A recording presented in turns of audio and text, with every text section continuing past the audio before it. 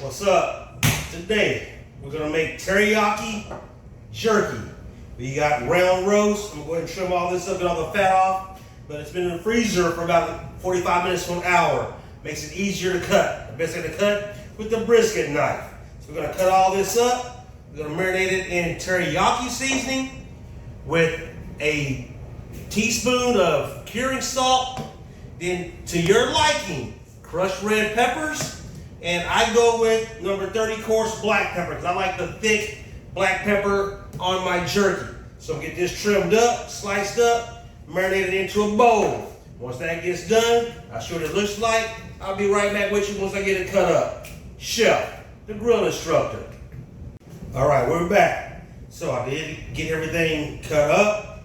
And once again, it is best if you freeze this about 45 minutes, give it a firmness. It's easier to cut.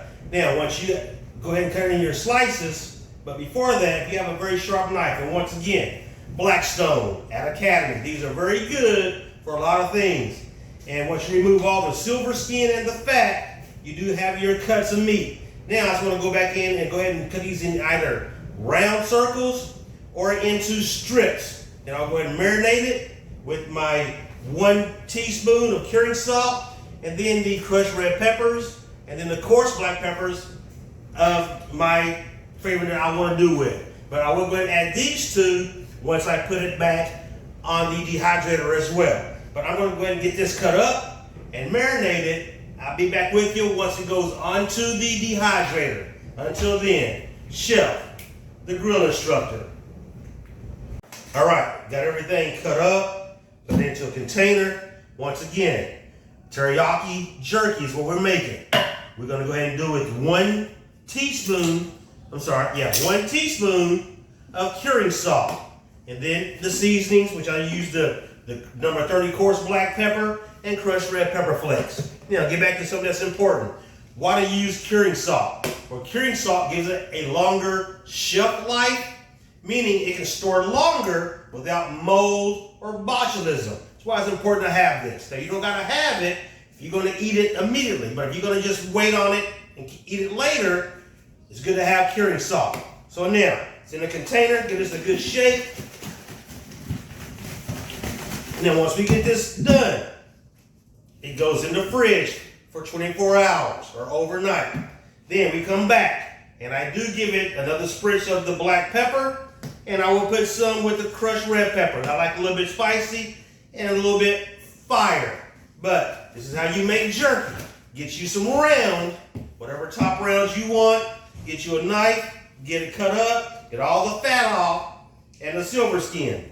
Why do you get off the fat? Well, because the fat does not dehydrate and it leaves the meat more of a rancid, bad taste. With fat in your jerky, the jerky will go rancid. So get all the fat off that you can. Until then, Chef, the grill instructor. All right, our jerky has marinated overnight. So now we're gonna go ahead and get these in our dehydrated trays, stacked out in shelves here.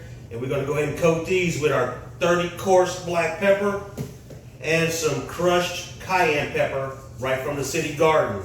So we'll go ahead and get these stacked up, sprinkled out, show you how the dehydrator works, and get back with you. All right, as you can see here, I got the 2 trays here for my daughter. She don't like all that peppers on hers. But as you can see ours, there's 3 trays of your coarse 30 black pepper and some up underneath these that are gonna be extremely hot. They got the crushed red pepper flakes. But these go on the dehydrator for 8 hours.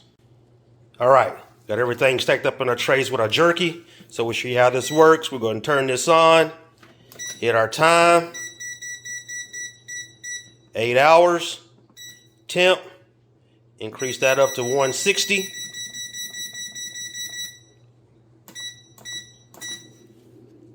And there we go. We'll be back in 8 hours to have us some jerky. Chef, the grill instructor.